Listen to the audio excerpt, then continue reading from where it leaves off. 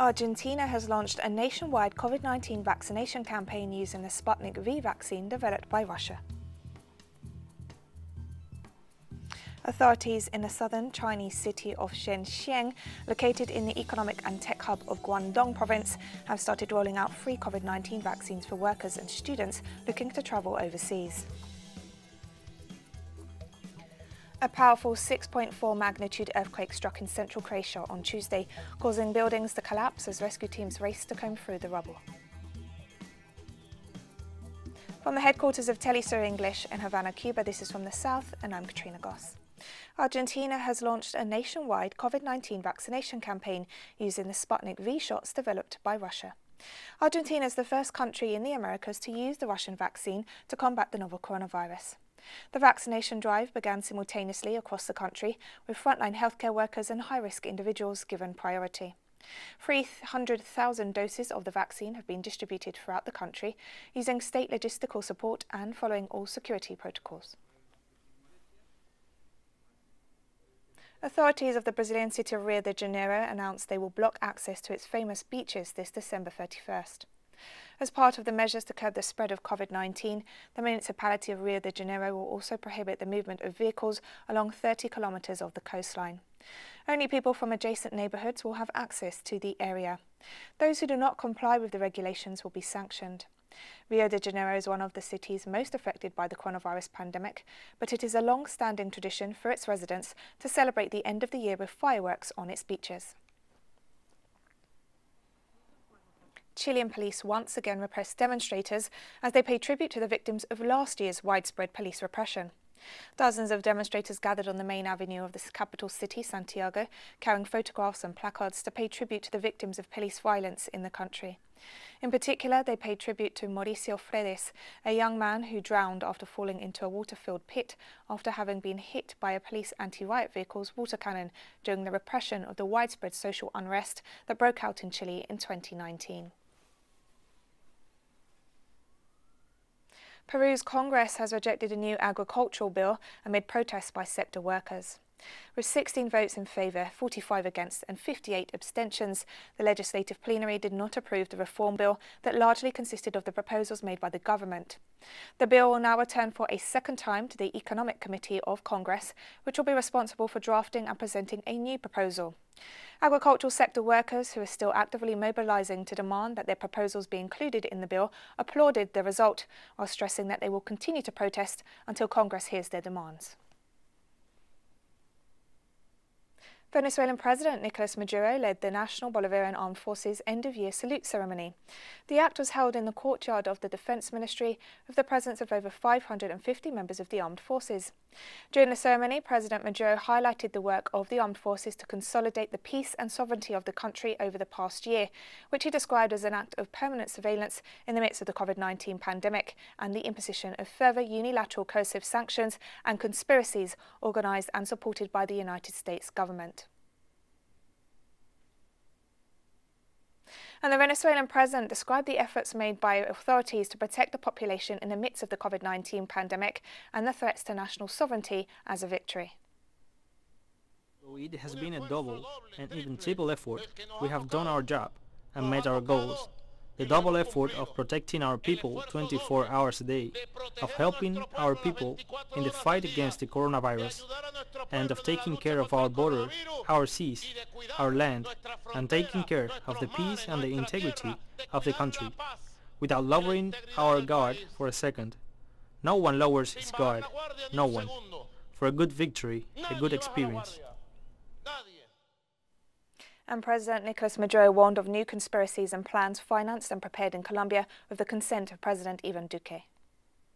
Prepare the order, a strategic operational commander, to be executed in 24 hours and start building phase 3. Understood? Build phase 3 to point phase, to have all the information, to have 1,000 eyes and 1,000 ears alert to protect the military unit, the barracks, buildings, because attacks against military units of the country are being prepared from Colombia, with mercenaries trained and financed by Ivan Duque.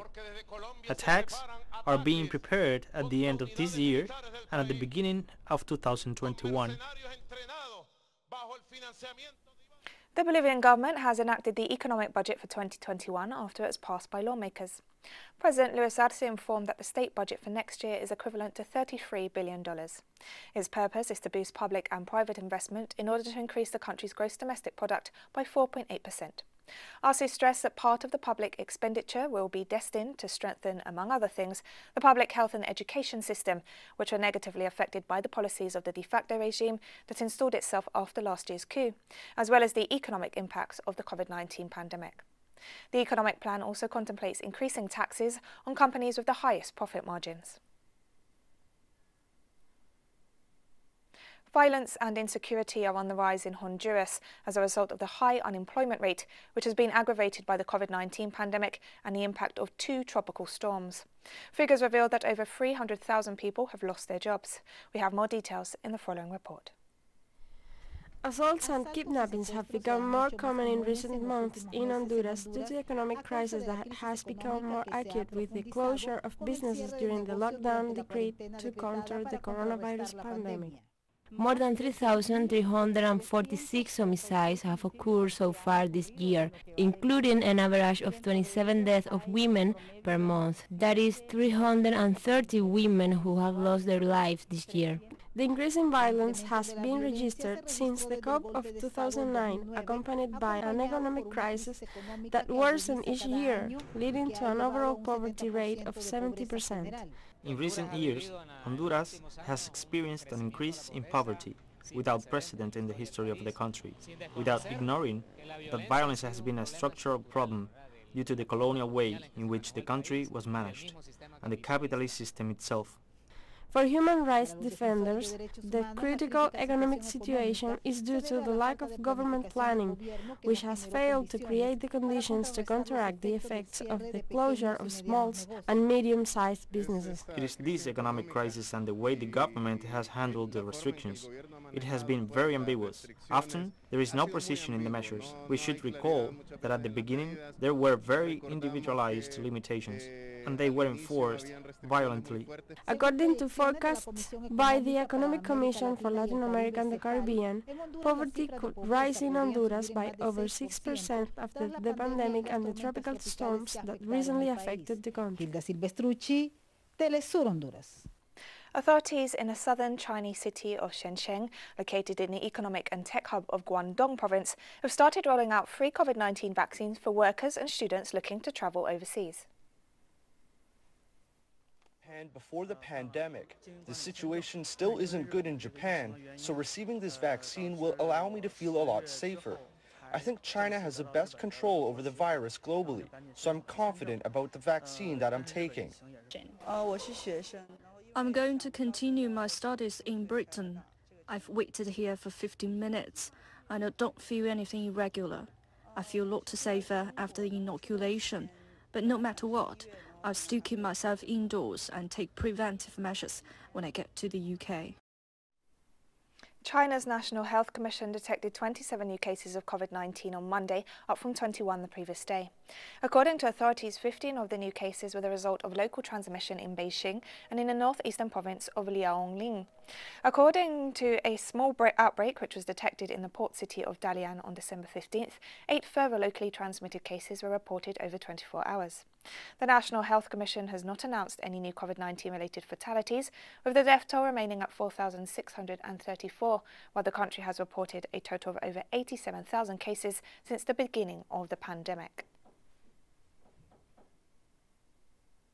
Health experts in the United Kingdom are blaming a new strain of the coronavirus, first identified in southeast England, for soaring infection rates.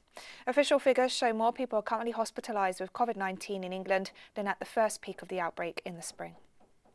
See that the whole, the scale of transmission has sort of gone up a gear. You know, we're not grinding along in first or second gear. We're up into third now, and the way that the infection's transmitting is speeding up with these new variants. Inevitably, variation will be driven not so much by transmission as by immunity as we get levels of community vaccination up. So the vaccines will have to be fine-tuned and adjusted according to whatever strain is most prevalent in the future. We hope it'll just stabilize out over time, but at the moment it is mutating and changing. This Tuesday, Indian health authorities confirmed 6 new cases of a new strain of the novel coronavirus first detected in the United Kingdom. The authorities stated that the patients had all arrived to the country on a flight from the UK. The 6 people, as well as their close contacts, have all been placed in isolation. In response, the Indian government has suspended flights from the United Kingdom until the end of December. It's estimated that at least 33,000 people have travelled between the two countries in recent weeks. Australia has confirmed its first case of a new and more contagious COVID-19 variant, which was first discovered in South Africa. The patient is a woman who arrived in Brisbane from South Africa on December 22nd. After testing positive, she was transferred from the quarantine centre where she was being held to Queensland Hospital. Health authorities have stressed that they do not believe there is a risk of local transmission of the new strain. Australia continues to maintain its borders closed, with some exceptions, while trying to repatriate about 30,000 residents and citizens who are stranded abroad. The country has accumulated over 28,000 COVID-19 cases since the beginning of the pandemic, including 909 deaths. WHO Emergencies Chief Michael Ryan told reporters at a briefing marking a year since the UN agency first learned of the new coronavirus that the pandemic should serve as a wake-up call, warning that society needs to ready itself for a more severe pandemic in the future. This pandemic has been very severe. It's spread around the world extremely quickly and has affected every corner of this planet. But this is not necessarily the big one. This virus is very transmissible. And it kills people, and it has deprived so many people of loved ones. But its current case fatality is reasonably low in comparison to other emerging diseases. This is a wake-up call. The planet is fragile. We live in an increasingly complex global society. These threats will continue. If there's one thing we need to take from this pandemic, with all of the tragedy and loss, is that we need to get our act together. We need to get ready for something that may even be more severe in future. In this, we must honour those we've lost by getting better at what we do every day.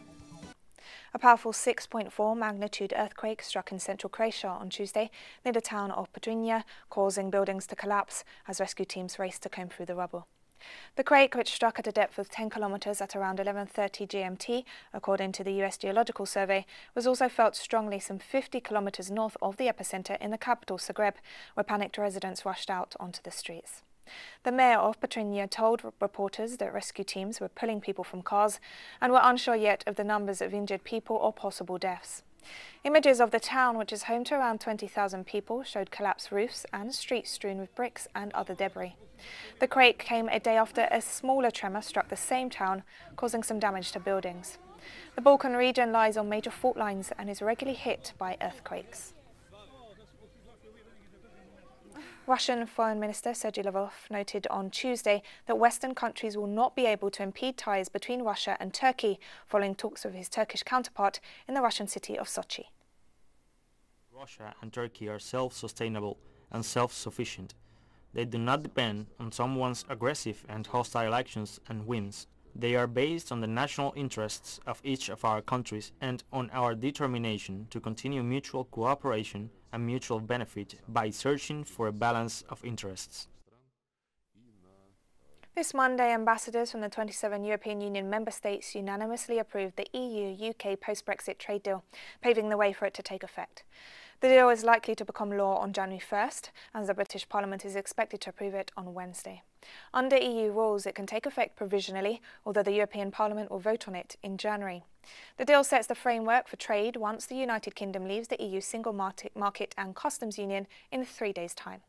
The deal, which ended 9 months of negotiations, will be approved by all 27 EU governments in writing at 2 p.m. GMT this Tuesday, according to the German EU presidency.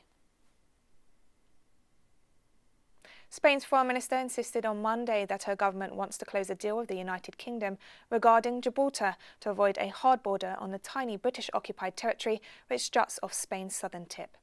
Spain succeeded in convincing the European Union to separate the issue of Gibraltar from the larger Brexit negotiations, meaning that Madrid is handling all talks directly with its counterparts in Gibraltar and London. The deadline for a deal on Gibraltar remains January 1st, when a transitional period regulating the short border between the territory and Spain expires. If no deal is reached, there are serious concerns that a hard border would cause major disruptions for workers, tourists and business connections across the two sides. Spain wants to close this deal. It would be a true shame if Gibraltar was the only place with a hard Brexit in the world of the European Union. We know if there's no deal. Again, I stress that Spain wants the deal. But we know if there is no deal, Gibraltar will become the hard border of the European Union. One of the possible consequences without a deal to manage the border between Gibraltar and the Campo de Gibraltar could be low lines, as we have seen in Dover in the last days. US President-elect Joe Biden has warned of massive damage to the national security apparatus by the Trump administration and roadblocks in communication between agency officials and his transition team, which he claimed could undermine American security. As our nation is in a period of transition, we need to make sure that nothing is lost in the handoff between administrations. My team needs a clear picture of our force posture around the world and our operations to deter our enemies. We need full visibility into the budget planning underway at the Defense Department and other agencies in order to avoid any window of confusion or catch-up that our adversaries may try to exploit. But as I said from the beginning, we have encountered roadblocks from the political leadership at the Department of Defense and the Office of Management and Budget. Right now, we just aren't getting all the information that we need for the outgoing administration in key national security areas. It's nothing short, in my view, of irresponsibility. South African President Cyril Ramaphosa announced that the wearing of masks is now compulsory in all public spaces in the country, representing the latest move in efforts to curb the spread of the coronavirus. From now on, it is compulsory for every person to wear a mask in a public space. A person who does not wear a mask covering over their nose and mouth in a public place will be committing an offense. A person who does not wear a mask could be arrested and prosecuted. The sale of alcohol from retail outlets and on-site consumption of alcohol will not be permitted. The prohibition on consuming alcohol in public spaces like parks and beaches remains. Distribution and transportation will be prohibited with exceptions that will be explained by the minister. And we've come to the end of this news brief, but remember you can find these and many other stories on our website at telesurenglish.net. You can also follow us on social media, Facebook, Twitter, Instagram and Telegram. For TeleSUR English, I'm Katrina Goss and thank you for watching.